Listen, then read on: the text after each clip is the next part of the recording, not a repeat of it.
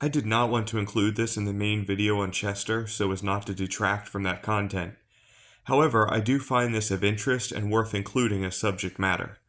In going over archive chats from alt.fan.furry, I find Chester mentioned many times, and not always in a positive light.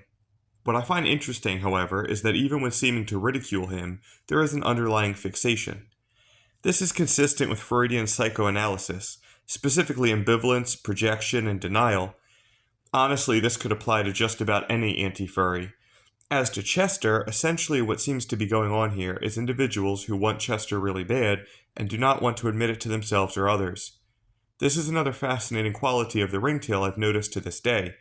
Everyone I've ever seen introduced him to, this includes those I've shown him to myself, reacts strongly as well, and this also includes a healthy amount of non-furries.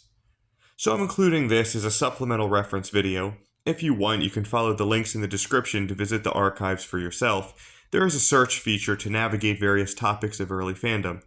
Anyway, let's get into this. So in the first place, what was alt.fan.furry? Well, basically it was a way for furries to socially interact and share news and information, and it traces back to December of 1990, but its use continued throughout the early 2000s, where eventually it was replaced by other, more mainstream furry sites that we use to this day. Starting off with this post where the person wonders why Chester's last name is Magreer, and that's something I've wondered myself over time. Chester Magreer just sounds like a really old-timey, old-fashioned name. So these few posts deal with apparently, I guess they had taken some kind of online quiz to determine which anthropomorphic character you would be, and multiple people seems to have gotten the answer ringtail, which prompts this silly little post about some kind of conspiracy and a viral outbreak being covered by CNN where everybody's basically turning into Chester. So not derisive in nature, but it's interesting because as people are saying this, you can tell that they'd probably be quite happy with that outcome. Then we have another one where someone makes mention of an old Star Trek episode where I guess I don't really watch Star Trek myself, but I guess what was going on here was people were turning into some kind of anthropomorphic creature that looked like them or something, and they make reference of a lemur. Now, of course, Chester is not a lemur, but the person posting immediately makes some kind of mental connection that Chester would somehow come into play in this episode, and it would be too risque even for primetime. This becomes a recurring theme in these chats, and I've encountered this in other places where Chester has such a profound effect on people that they find reasons to interject him into conversations at random intervals. Like this, for example, where a Smithsonian magazine article about a ringtail, the description immediately makes the poster think of, obviously, Chester ringtail. From here, we start to get into the negative. So this is on a subject of artwork piracy, where somebody basically talks about how they have pictures by Terry Smith and Dark Natasha, another artist who has drawn Chester, and how they like to blow up the pictures really big for the wallpaper on the computer because, quote, I like looking at pictures of Chester Ringtail's penis. Now, I don't know what the point is that's trying to be made here because artists don't care if someone has the art for personal collections. It's when they try and sell it and make money off of it without their permission and intercepting sales. So essentially, it feels like this entire post was the mechanism to deliver the phrase, I like to look at Chester Ringtail's penis. Now, on the subject of artwork, here we have someone seeming to complain that a piece of Chester artwork that had adult context to it had started off bidding $30 at an auction and then went up to $100 with the opening bid, basically putting a high value on the piece of art. This seems to rub the person the wrong way as they make the statement, no spooge, no sales, and then goes into a conversation about the idea of burned furs, basically a precursor to what's now talked to death to this day about there shouldn't be an adult side to the fandom and things like that. But it seems more than anything that this stuck with the person in the sense that maybe it's something that they're impressed by. Now, in the next one, someone makes basically reference to a picture that sold at another auction where they say, quote, Chester Ringtail was sucking himself like a straw. And then they say basically, you're going to sit there and say furry is just about anthropomorphics. Now, artist Michelle Light, who is also a friend of Terry's and has done artwork of Chester in the past, points out that it's funny you distinctly remember the piece of art that you found objectionable. Now, looking at the statement and how this person worded it, you can tell that they're fascinated with it because it's very graphic wording for somebody to say, instead of just saying, this was a lewd picture or using a technical term or something like that, putting that much thought into it to say it and then remember it and feel the need to post about it. It's basically indicates that you like the picture. And this picture is going to come up again in a couple other posts. Here is a censored version of it. Really, this picture had a huge appreciation because it was impressive how it was done.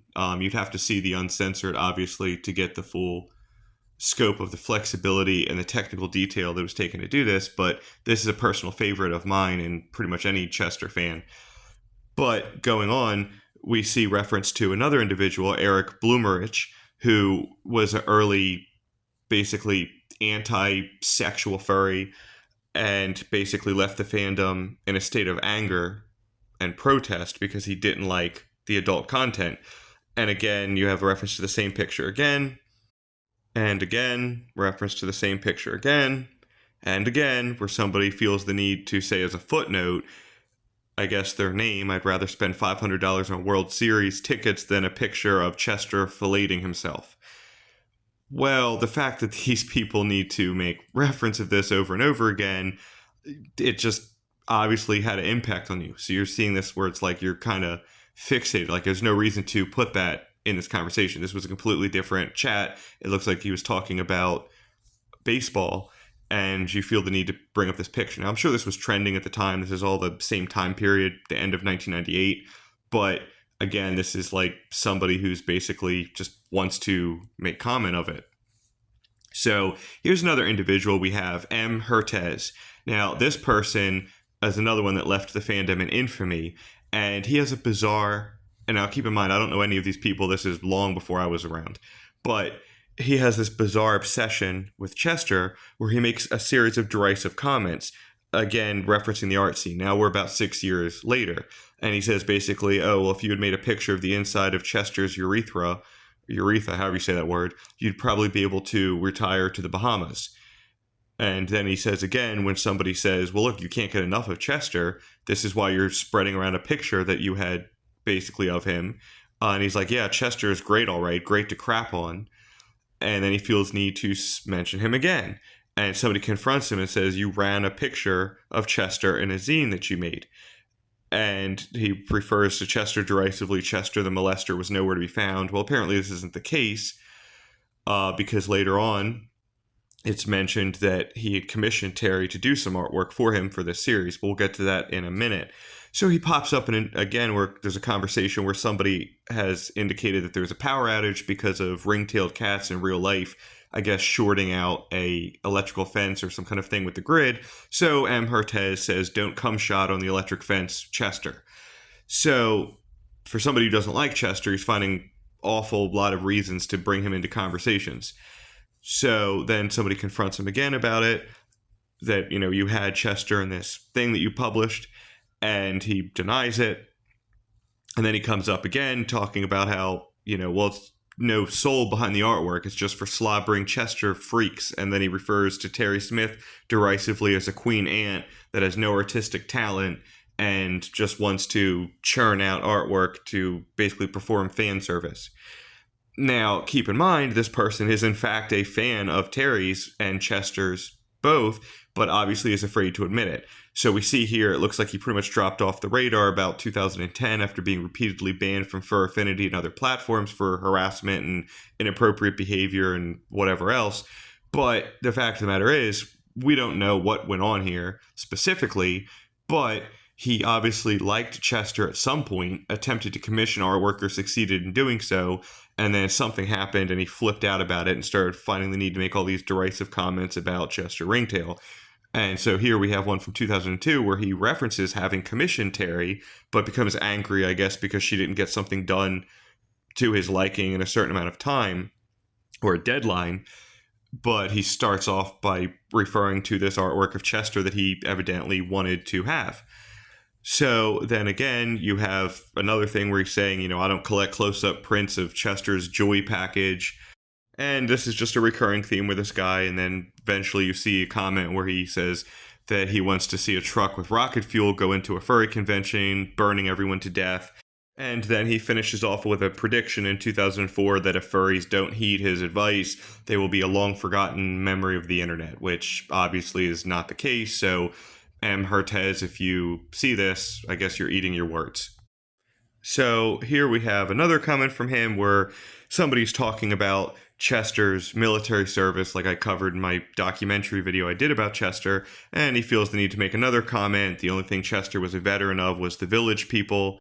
Now, moving on from M. Hertez, here's another individual named Ken Pick, who makes some derisive comments as well, indicating he doesn't like Chester, but he admits to having multiple kind of bizarre dreams about Chester.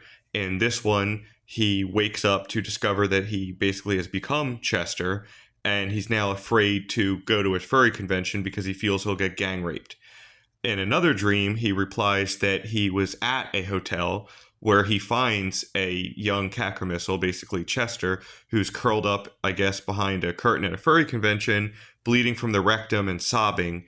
And then he basically, I guess, helps the ringtail and helps him report his attackers and whatnot. So one of two scenarios presents itself. Either this person made this up for attention, or they're actually having these bizarre, intense dreams about Chester. And if they are, I mean, from a dream analysis standpoint, there's a lot to unpack there. But obviously, Chester is weighing heavy on your mind if you're turning into him and rescuing him at random hotels. Now, this is all the more interesting because this same person, Ken Pick, makes a statement saying, quote, "And don't get me started on Chester the swishy ringtail, one of the most overdone characters in the fandom, once described as the salvation of furries who were too embarrassed to cruise a gay bar for real." Then he goes on to say that Chester is a piece of meat on Castro Street, I guess a prostitute, and that people are going to be yelling out to him saying, "Yif me, please yif me." So for somebody who hates Chester so much, that's a lot of description you've went through there, and you're also having dreams about him, repeated dreams about him. So make of that what you will. And next we have another post from someone called Paul Bennett, who is responding to, I guess, Chester having a cameo appearance in a furry comic called Extinctioners. I'm not familiar with this comic, I hadn't read it, but Paul Bennett makes this statement: "Chester, the ubiquitous, ribald ringtail, really did. That kleptomaniac, egocentric, polysexual, bisexual don't cover enough turf. When you look back at his published history, Miner's Cat, furry fandom's poster boy really did appear in Extinctioners. It's called pandering. Why else would you toss in the scrawny poofter unless you were just trying to do it as a yiffer magnet?"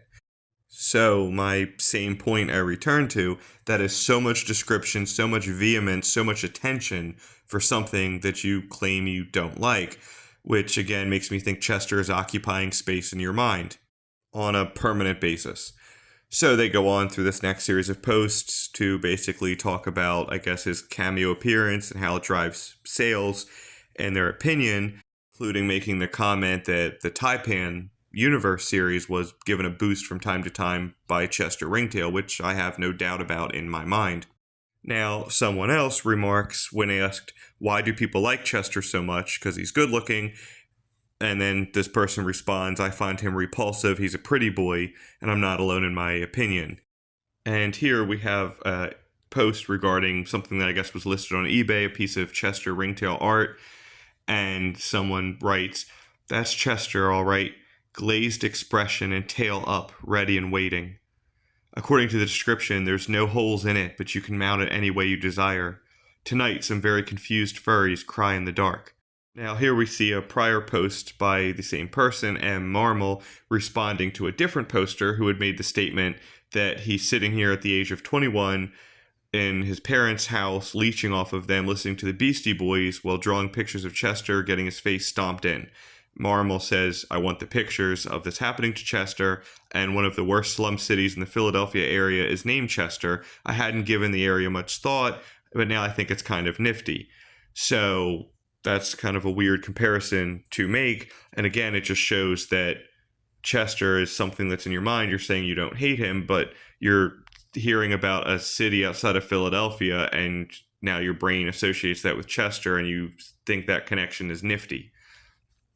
So a little bit after that, same person, they're responding to a post that there's going to be an anatomically correct, or that there should be an anatomically correct cutout of Chester put up at a furry convention, and he says a life-size cutout of Chester would be great downrange so he can shoot at it. And here we have Paul Bennett again talking about how the idea of Chester being a military vet and then going in the Air Force and having access to bombs would be nightmare material, but that he wouldn't mind sending his ring-tailed backside elsewhere in military service. Yes, I know that that figure of speech, sending your backside elsewhere, sending your ass elsewhere, is a common thing that people say, but in this context, making mention of Chester's butt is very telling. Now, this person apparently wants to skin Chester Ringtail and have his hide forever, and this was a response to an even more bizarre conversation where I guess they're talking about skinning various anthros and turning them into rugs, which is a pretty disturbing line of commentary in and of itself. And again, in this post as well, the theme comes up talking about chopping off Chester's tail and hanging it to the wall to decorate, and then someone else responds about their actual fursuit and I guess the concern that this individual is going to rip that tail off instead. Now, I don't know if he's talking about making a Chester fursuit or just a fursuit in general. Part of what prompted this is the commentary that Chester was depicted as a pretty boy with lots of jewelry. It was an out-of-character commission point that Terry will never live down. Now, anybody who knows anything about Chester knows that he does, in fact, like to be a pretty boy with lots of jewelry. But this kind of line of conversation is something else that I've noticed where, from a psychological standpoint, someone likes something but also seems to want it to see it broken or mutilated in some sense. It's some kind of weird juxtaposition there. And here's another mashup that didn't age well. The idea of Steve Irwin, the crocodile hunter, attempting to tackle Chester Ringtail and pull him by the tail for some inexplicable reason, which of course would cause Chester to attack and bite you. That is something that pops up in the comic. When his tail is touched without his permission, he gets very angry. Kind of a odd mental connection to make, the crocodile hunter and Chester Ringtail. But Ted Blassingame, if I remember that name correctly, I think he was one of the writers for Taipan. I don't think this was meant to be negative in context, but it's just kind of odd. Now we get into another series of commentary where people go into these in-depth deep dives onto Chester's personality, and just the amount of detail that they've put into it indicates to me that they're in conflict with themselves, that they like Chester but don't want to. So this one goes into a whole thing, and this is edited down. There was, more to it than that, but basically I discovered Chester. It was an idle read of Taipan.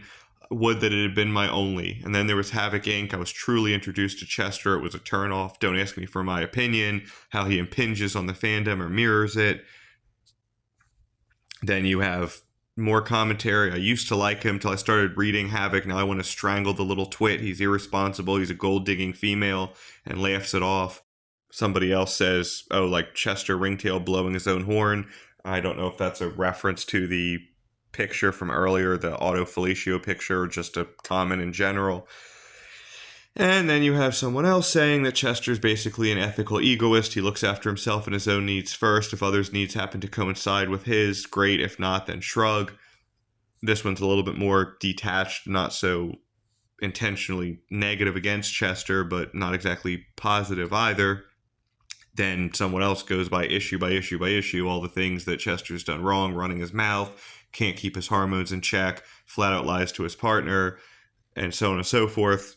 Why do people like Chester so much? He's an asshole. My personal reply to that would be, everyone seems to want to get inside of his asshole. A couple of these come across more so like constructive criticism than destructive cynicism, but even so, like this one has a very specific visual that Chris is going to give Chester a Christmas present, and it'll be a leash and a collar and a muzzle with Chester's name embossed on them, and it'll be a choke collar.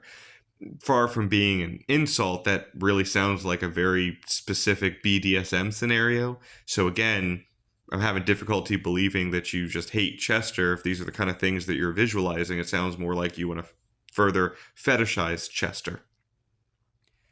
Here we have a negative commentary on Associated Student Bodies, which is a comic that I covered on an earlier video on this channel, and someone pulls Chester in there, saying that the token straight character is drawn so swishy that he makes Chester Ringtail look like the Marlboro Man. I'm assuming they're referring to Stephen Paris, who is the only straight character in the dormitory of gay males in that comic.